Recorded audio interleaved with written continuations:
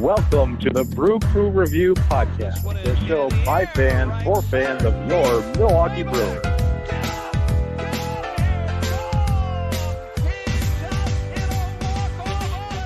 All right, Brewer fans, welcome to the Brew Crew Review Podcast. This is Craig, and joining me is Vince. How are you doing today? Hey, Craig. I'm doing great, man. How are you? Got some baseball fever? Absolutely. Well, we're past the greatest day of the year, which is the day that pitchers and catchers report, and spring training. Yeah. Winter I was going is to say opening day and 4th of July are like my and pitchers and catchers report. Those are like the top three for me, for sure. Yep. So winter is, in my opinion, officially over at that point, especially there in Houston. It's easier to say that. There's still snow coming at me here in Wisconsin, but that's all right. Yeah, Craig, I hate to tell you and our listeners that are based up in Wisconsin this, but we did turn on the air conditioner today, and the weather is balmy. I'm wearing shorts right now. It's pretty nice, I have to admit. So any Brewer fans that are listening and back up in Wisconsin's snow or maybe more inclement weather, you're more than welcome to visit us down here in Texas. Awesome. Yeah, and hopefully Brewer fans get down to Arizona for some spring training. Hopefully we're able to do that later in the spring. We'll see, and maybe some inside reports from down in Maryvale for the Brewers, but we'll see. Before all that, though, as spring training did kick off, I guess this little topic is a kind of a hot take thing, but obviously the Brewers went to arbitration with their best pitcher in baseball and ace Corbin Burns, and they somehow won their arbitration case, which was about $700,000 apart. And so coming out of that, Corbin Burns, to a reporter, expressed his displeasure with the process of arbitration, which I guess no one likes to begin with, but specifically mentioned that the ties, the relationship with him and the Brewers are somewhat damaged. I guess it's kind of verbatim of what he said. What is your take on this? Obviously, Burns is under our control this year and next through arbitration. Going to become an unrestricted free agent. What do you think this means, and what is your take on this, I guess? I've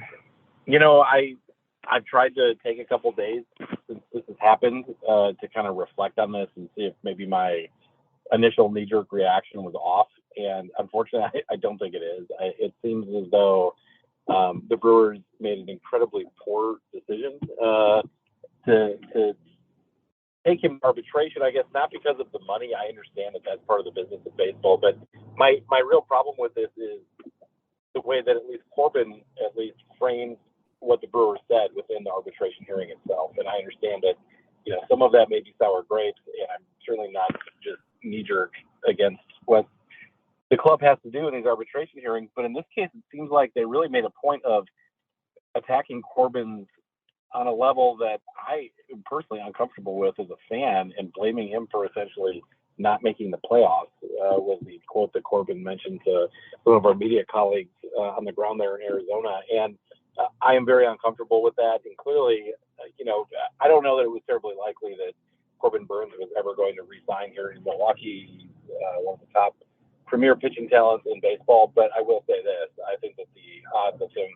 re-signing here with the Brewers on a contract extension went from, say 10% to maybe 1% at this point. So I think that it's unfortunately created a situation where he may have also essentially lowered his value in trade negotiations that the Brewers may conduct with other teams regarding him, who know that he's not going to be able to re-sign with the Brewers. I don't know to what extent. I think that it puts the Brewers in the position of having, to either win with him within the window of his contract, which is this 2023 season and 2024 season, or trading him at some point within that window, or who knows what. So hopefully there's something that can be done. I hope that it doesn't affect the on-field performance. I don't think it will. I think that he is he's a competitor. He's going to want to win this year with the Brewers, and I think that he will be able to hopefully separate some of the things that happened off the field from his on-field performance. But you also do have to wonder if it perhaps does start to affect things. It's really tough enough to not let that bother him, but he by taking the unusual step of attending that hearing in person, um, did indicate that he's at least invested on some level, probably more than just the financial side of this in the outcome. And it wasn't good. And best case scenario, I think there was a terrible PR day for the Brewers. It was like there was this excitement for pitchers and catchers to report. Everybody was really excited about a new season starting, and you get these images of guys like William Contreras showing up. It's their first day in a Brewers uniform. You see, other guys, Brandon Woodruff was early in camp, and all these exciting pictures coming back, and then all of a sudden it was like, oh, by the way, we also got to do a very public spat with our best pitcher, our ace, one of the best pitchers in baseball. Oh, and by the way, Ashby is going to be hurt in the first couple months of the year. Oh, by the way, Jason Alexander is going to be out for the first couple months of the year. It was just not a good couple of days to start camp for our Milwaukee Brewers. That came off of a very difficult, very poor offseason, in my opinion, outside of the control. Yeah, I mean, first, let's just start by saying Corbin Burnes is hands down the best Brewer ever, or best starting pitcher ever don a Brewer uniform, kind of hands down, in my opinion. He's right now the best pitcher in baseball, arguably, and Cy Young Award winner. My first reaction is it would have been great, in spite of like the albatross of the Yelich contract, for the Brewers to sign Corbin to an extension, even if it meant costing us other guys like Hader, who's already gone, or Woodruff, and all that, and possibly, I mean, it would have been worth it to me to lock him up as a core piece of your future. I mean, if you have an ace at the front of your staff, I think that's one of the most valuable things a contending team can have, in my opinion. And so that was my hopes. And when I first heard this news, it's like, what are they doing? I mean, obviously there's still going to be negotiations forthcoming, and they've burned a bridge here. This seems like a really horrible idea to do for something less than $1 million, over haggling less than $1 million for this guy who on the open market will get way more than that. And I mean, if you look at some of these salaries pitchers are getting, I mean, I think even the guys closer to 40, like Scherzer and Verlander, are getting something like $40 million per season on short-term deals, obviously. But you're talking when Corbin does hit the open market, he's going to command probably a long-term deal at something like around 35 plus million a year, which is pretty absurd. So I think that my first take on this is, what are you doing? Why would you do this, Brewers?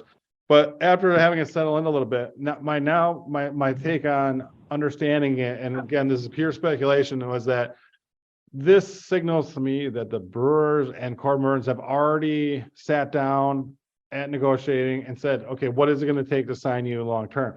And maybe even something like, what is it going to take just to buy out your first year or two of free agency so that we can have you for the next couple of years at least before you're a free agent? And I think that those negotiations probably went poorly, and the Brewers realized that they wouldn't even be able to pull that off. Either there was no interest in Corbin's part, or they were so far off in the dollar amount, which is most likely both, that it just became a reality at that point that the Brewers were not going to be able to sign Corbin Burnes to, as a small market team with their current payroll and whatever, like, to a long-term extension. Now, obviously, if we have money. I'm sorry to interrupt, Craig, but we should say we can sign him. We just choose not to. I mean, we have the money to do things like this. The Brewers are still not spending enough money, in my opinion. They're not spending the money, even if they're getting from other teams, just through revenue sharing plus our TV deal. If you add up those two things, the Brewers payroll is still underneath just the amount of money that's coming from those two factors. So just to be clear, on the ability to spend, like, we talk about small markets a lot, but you also have ownership that's not willing to invest in the team, and that to me is a bigger problem. But to your point, I'm not disagreeing that they probably had some sort of conversations that didn't necessarily go well. Although Corbin did say publicly that the Brewers never even approached him to negotiate on this deal for this arbitration hearing itself, that they hardly had any discussions at all. He's quoted saying that to our colleague Adam McElvey as he walked into camp in Phoenix. Wow. And so if that's true, that's pretty shocking. And I just do not, as a Brewer fan, this is very disheartening because I think that Corbin Burns is as good as gone at this point. It was probably reality anyway, if you really think about the fact that did we really as fans think that we were going to give Corbin Burns like a 9-year, $300 million contract, which paid him $33 to $35 million a year for up, that long? That's a huge risk for our type of franchise, and most likely something that we've never done before. And Yelich's contract was the closest thing to that ever, and obviously we're being burned by that already. And I already have 6+ years on that contract still. I mean, I just think they'd be gun shy to even do that, especially with an arm like burn. I mean, so I think the reality was that we were just going to control them for the next 2 years, and that's it. So it's unfortunate, but it's probably the reality of things. So now the next, I'm sure we're gonna have many future podcasts and lots of talk radio and walking about when's the best time to trade Corbin Burns, because as a small market team, we can't just let him go to free agency and walk and take a pick for him or something. That we're gonna have to try to trade him probably for a package, or that would be the sensible thing to do at some point, whether it's next off season or it's at one of the next 2 trade deadlines. I think unfortunately he'll be gone, and I guess how the Brewers are contenders or not, it'll dictate when he'll be moved and for what type of package. But that's unfortunate. I disagree with that a little bit, not because your logic is flawed, but I think there's also value in hanging on to him if we're good enough within that window. Unfortunately, I don't think that our talent level is necessarily there to justify it, but you could have made the argument that we should have kept Hader. I certainly don't have any confidence in this front office, of which Matt Arnold was a part, to maximize value in these trades. Do you? I mean, look at the return that we got for Josh Hader. I'm, somewhat optimistic about a few of the pieces that we got, but honestly, that was a very underwhelming trade to me for the best closer in baseball. What makes you think that we would do any better with the best or one of the best starters in baseball? I mean, that's a great question. I mean, for me, I'd just as soon make a run with them and see what happens and get the compensatory, draft picks, or I guess that they change with the CBA. But I would much rather have Corbin Burns on my team than not. I don't think you're going to trade for anybody that's ever going to match what he can do for you.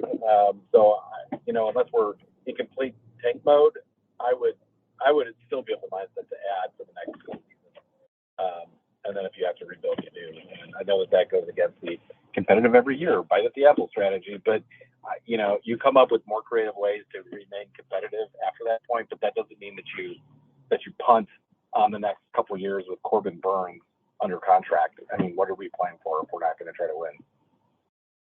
Yeah, that's why I think last year's the Hader trade came out of the blue, blindsided all fans, and in a year that we were in first place in the division above the Cardinals at the time of the trade, it really thought that, we were going to have them all of 2022 and try to, go for a deep playoff run. We were going to have them for at least up to the trade deadline of 2023. If we were still contending, we just keep them up until the postseason. Hopefully we made the postseason with them. Or if we were out of contention the next July, we would trade them at the deadline and still get a decent package. It made a lot of sense, but now by trading on last trade deadline, it kind of threw all the plans out the window. And now it seems to me that the Brewers aren't seriously going into 2023 looking to contend, because with all the moves we made this offseason, I mean, and we're going to get to, I mean, it's just the moves we made this offseason are not of a contender. It's of a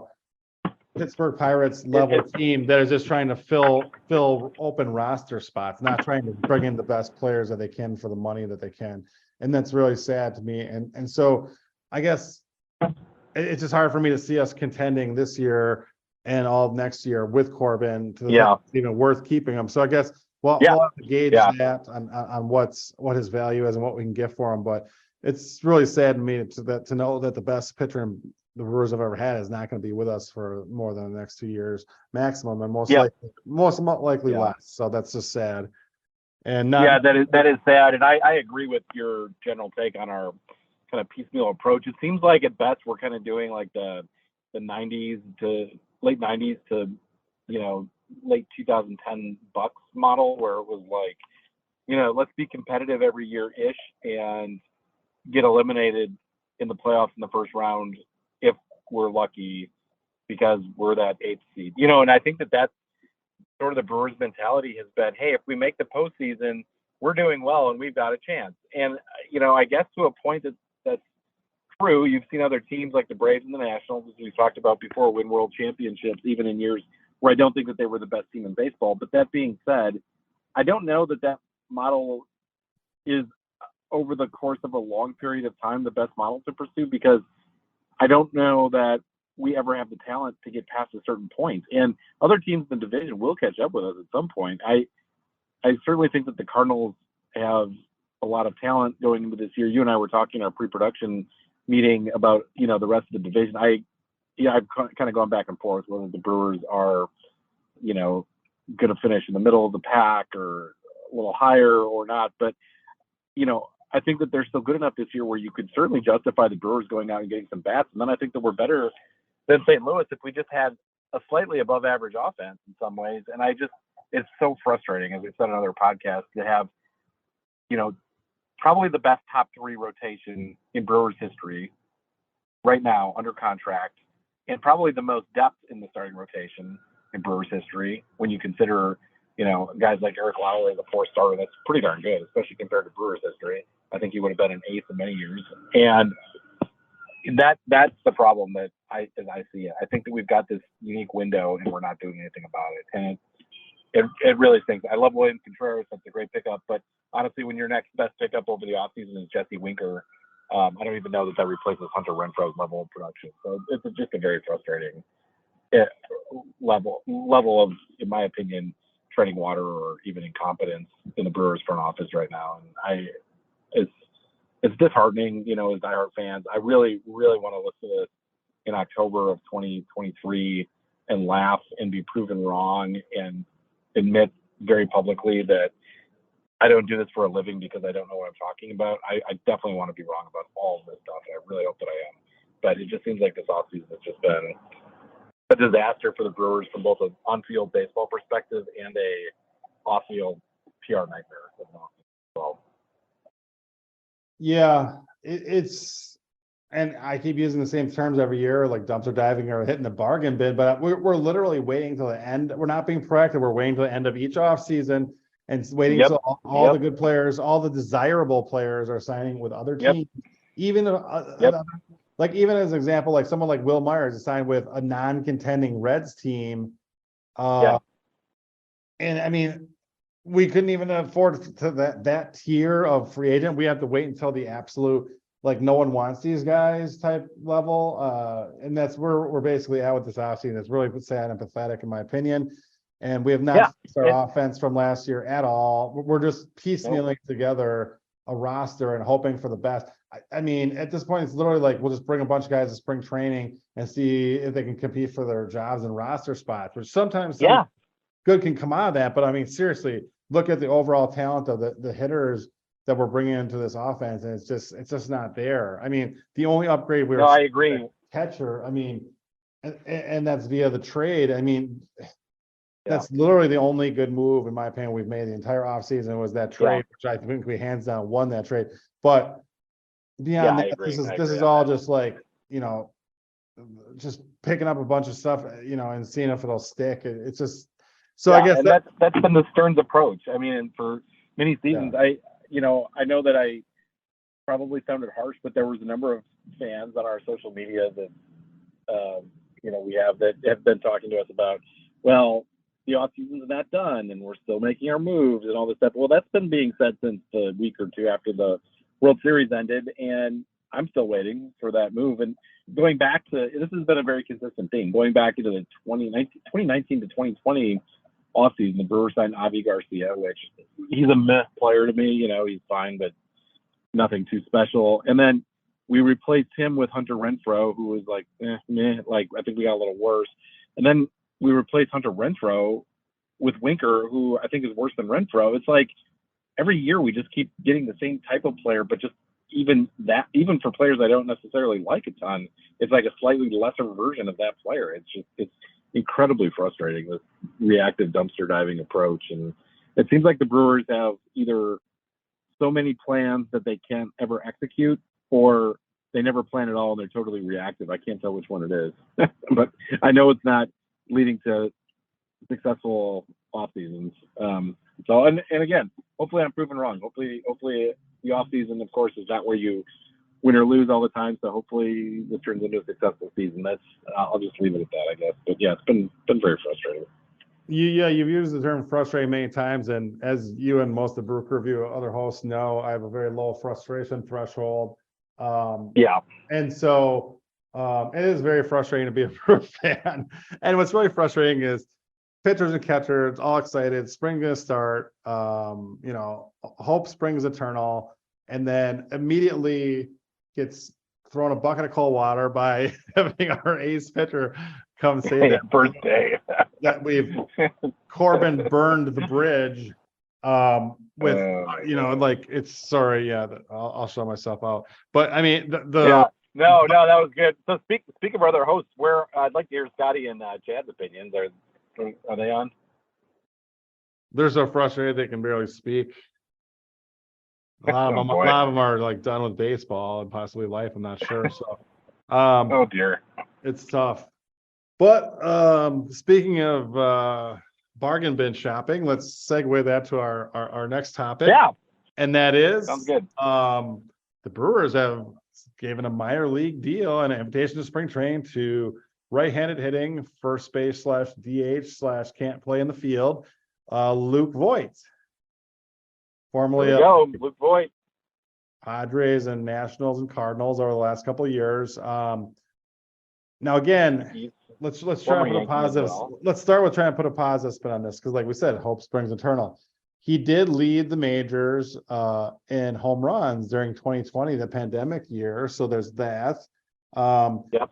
He does have some kind of like reverse platoon splits where he actually hits right-handers better than left-handers, which is kind of odd. Yep. He, obviously has power, but like I said, I don't feel that we're going to platoon Tellez at this point. I think he's earned every day at bats. So where does that? I think it's more of like Jesse Winker insurance, like injury insurance at this point. Whereas if he can't, play the field, we'll at least have Voit somewhere to DH. And again, So I don't hate. I have no reason for saying this, but I wonder if Winker showed up to camp a bit out of shape. I have no reason to say that, but it's just pure speculation on my part. Well, he has a track record of being off injured, so there's that. So to me, it's like I'm not in love with the move by any means, and again, it's just frustrating to be like, oh great, no one wanted this guy, but of course we'll give him a shot. It's a no risk signing. Let's start by saying that we're not really upfront. It's a minor league deal, so if nothing else, it's more of a depth move than anything. But again, this is like, while all the other teams are fielding Major League Baseball talent, it seems as our front office is trying to cobble together an offense the same way you would by finding ringers for the rural softball team. I mean, literally, these guys that we bring in would make great softball players, and I know that's endearing to people from Milwaukee and all the Gorman Thomas lovers and all that. But I mean, at some point, we've got to have an actual offense with some talent in it, and unfortunately, I just don't see it with these signings. I mean, every year it's like, how many times are we going to sign John Singleton or guys like Ryan Healy or I mean, there's just one. Luke Voit. I mean, so in reality, if he was given every day at bats, he'd probably hit over 30 home runs, and that's kind of replacing, like some nice power in the lineup if need be. But we're getting that from Tellez, or hopefully getting that from Winker. I just don't see that bats. I think the number one thing that this signing signals to me is that Keston Hiura, who I was hoping would get one more shot at his age of semi-regular at bats, to have a semi-mini breakout, to earn himself regular at bats and reestablish himself as a middle of the lineup hitter for this team going forward, since he does have lots of team control still left. But instead, this probably signals that he's going to be a candidate for a change of scenery because he's going to be a part of a roster squeeze, and he's going to have to literally beat out Voights to get a roster, and Mike Broussard probably Mike Brousseau to even get out to even make the 26-man roster. So it's sad. I just feel like this is like probably the final nail in the coffin for Keston as a Brewer, and that'll lead him to a different team, and possibly they will be the fruits of his eventual success, which I do believe will happen at some point. I mean, he could, if he doesn't fix the holes in his swing, it'll be an all-out bust. I get that. And we've given him ample opportunities, but I feel like he really needed one more big opportunity to prove himself. And now I don't think he'll get it. But maybe on the flip side of that is that during spring training, he now knows that he has no job, and he has to fight like hell to make it. And that maybe it'll light a fire on him. He'll have a huge spring. He'll make the team because of the competition that has been put there in place.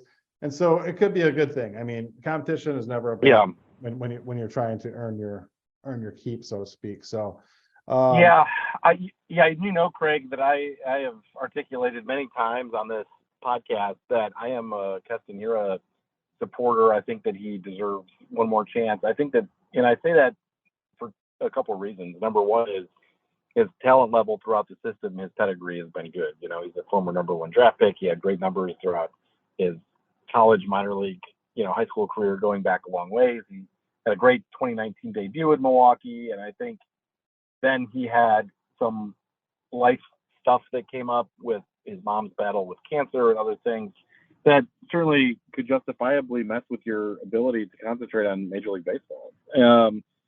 Number two is his age. I still think he's young enough to make some adjustments. And then number three, and this is a big one for me, is that I think the Brewers really messed with his development in ways that I would personally not be comfortable doing. And that ranges in a variety of different ways. But one is, trying to switch positions. So all of a sudden he was a first baseman and starting to play first base in the big leagues for the first time ever. And his yo-yoing between the majors and the minors, and then he would kill it in AAA and then come up for, like 5 or 6 games and get in as a pinch hitter a couple games and have like a 1 for 10 in his week up at the plate because he couldn't get adjusted as a pinch hitter, or maybe a jet lag, or who knows what the problems were. And then all of a sudden he's back in the minors because he, hit a $120. And I don't think, though, that he was being given these long looks that a lot of other teams would probably give one of their top prospects and a guy who's, by all accounts, a very good pure hitter and has shown the ability to be a pure hitter in the big league. And so for my money, I would prefer to stick with Keston. I think that he deserves at least one more chance. And if it didn't work out this year, I'm all on board with, maybe just saying, okay, sorry, it doesn't work out in Milwaukee for you, Keston. But there's also that chance that a guy like Keston could break through at any point. And I think that, for me at least, it would probably will be very frustrating to see Keston, and I'm using that word again, seeing Keston when he leaves Milwaukee go and get regular everyday at bats with another team, probably Tampa because they're super smart, and then he's going to end up being a 320 hitter and showing power and being one of the better offensive bargain bin pickups for some other team, not the Brewers.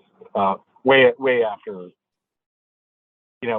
guys who are on our roster that we're going to use instead of Keston are gone from Milwaukee. But who knows?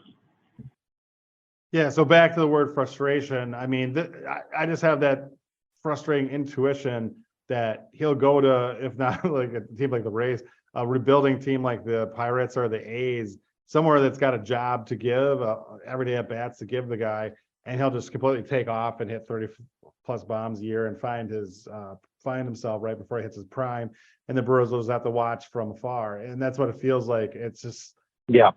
And it's strange because there's not really anyone that I'm saying he deserves at bats over that is currently on the roster. But I just hope that he comes through spring training and lights the spring training on fire or something, and is given an opportunity for at bats. I think that's all really he needs. But he's someone I think that needs to get everyday at bats, and it's tough to do that with his lack of defensive, not only versatility, but even like a true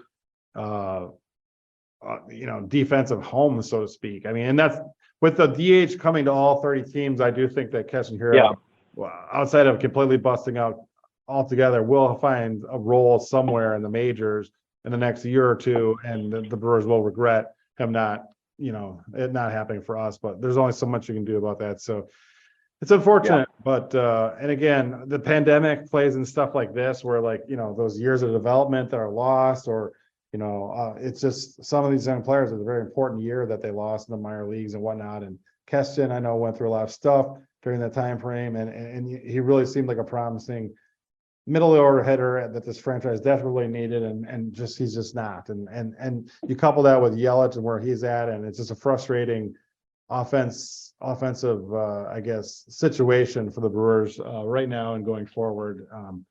But with that being said, there's some hope on the horizon. And I think in spring there's guys like Garrett Mitchell, Sal Frelick, and Joey Weimer, and all these guys coming up that give us some hope that someone can break through and give us some nice offensive production. Bryce Trang even. So I mean, for sure. There's still and that's one. Yeah, that's one of the reasons too why you may want to keep Corbin, and make a run at, maybe a bigger name at the trade deadline and add to the roster this year. Who knows? I mean, that is my hope. If there is any optimism going into this year, I agree that some of these young guys, I don't know that we're ready to totally rely on them yet just because of their age, but there is a lot of talent there, and I think that that's exciting. Yeah, absolutely. And the one guy I even forgot to mention is Jackson Trio, who is universally in the top 5 prospects in all of baseball right now, as is the time of year all those type of lists are coming out. And that is a nice little preview for our next podcast, where we'll be going. Brandon, our minor league analyst for the better parts of the last 15 years, will be joining us once again, or 15 plus years actually. Wow. Or no, that's not. How long have we been doing this show? Since we're at 19 years. Wow, unbelievable. Yeah, so Brandon's getting up there in age, but he's still along with the rest of us. But yeah, he's been a great minor league analyst for most years, in spite of he had a couple of hits and misses, like when he put Zach Jackson as a #1 prospect at the time. But that Nathan Kirby pickup never really panned out either, but that's all right.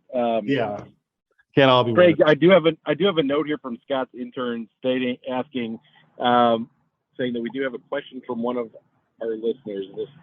This is a question posted on social media, and the poster actually sent this as a private message, according to Scotty's intern, and it is from Tom Carter.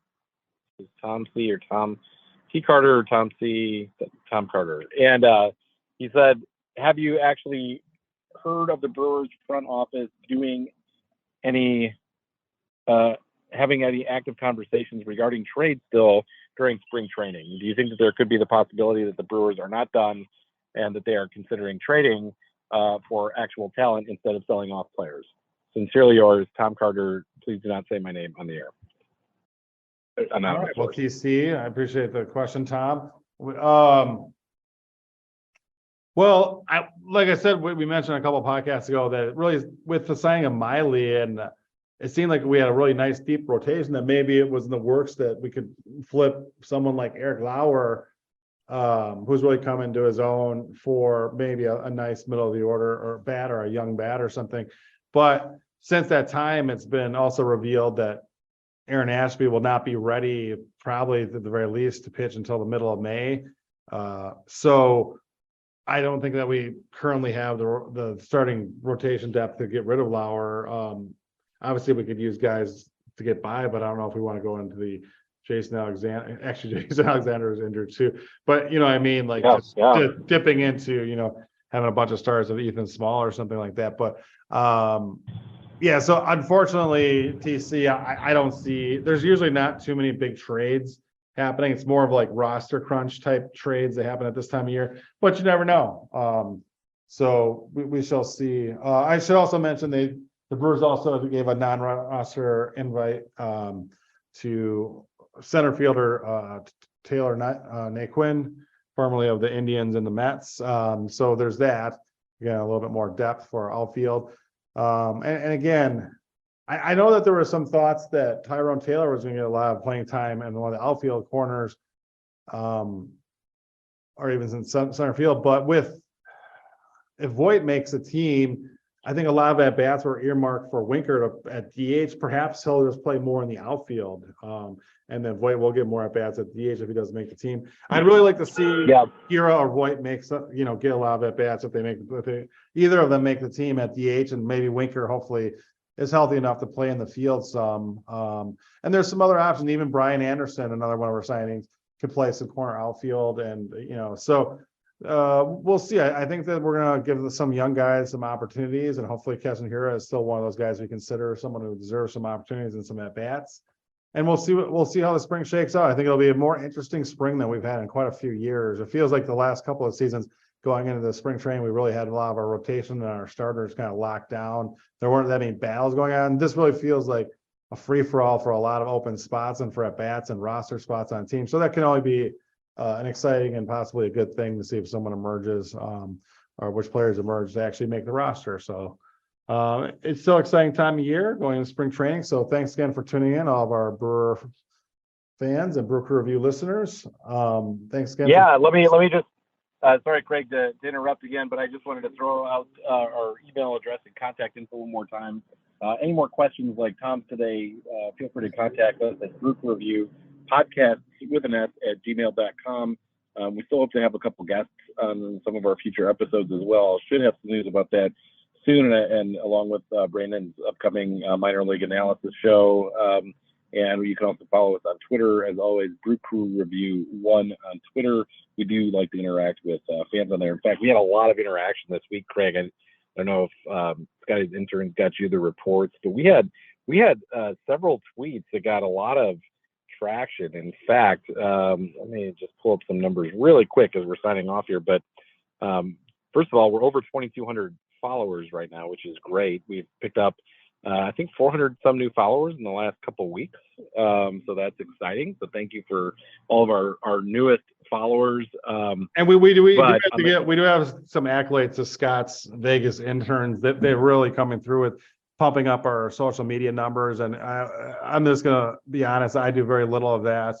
I don't even have my own account or anything like that. But I mean, we do have the Brew Review 1, and I just want to thank some of his interns. Thank you, Sapphire and Ginger, for providing the pumping those numbers up for us. That's great. So yeah, no, that is great, and we do appreciate their efforts, especially Ginger's. But one of the tweets that was put out there was a tweet that a fan sent us, one of our fans of our show, and it's got Mark Adonasio's head transposed on the body of Rachel Phelps, the Indians owner from the movie Major League, and it says "You guys stink" from the clubhouse, and we'll put that out there again. But they got 6,323 people interacting with that tweet. And another one that we put out there about the Brewers front office having some frustrating moments going back to the Josh Hader trade, and we put out something that basically indicated that no, Corbin, you are not the reason that it was in support of Corbin Burns, basically saying that no, Corbin, you're not the reason why we didn't make the playoffs. That goes back to the front, like the lack of offense, the front office being idiots and trading Josh Hader.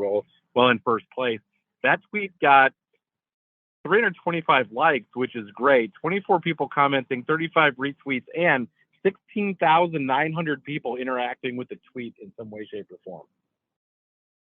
So our social media is definitely picking up some steam. So, yep.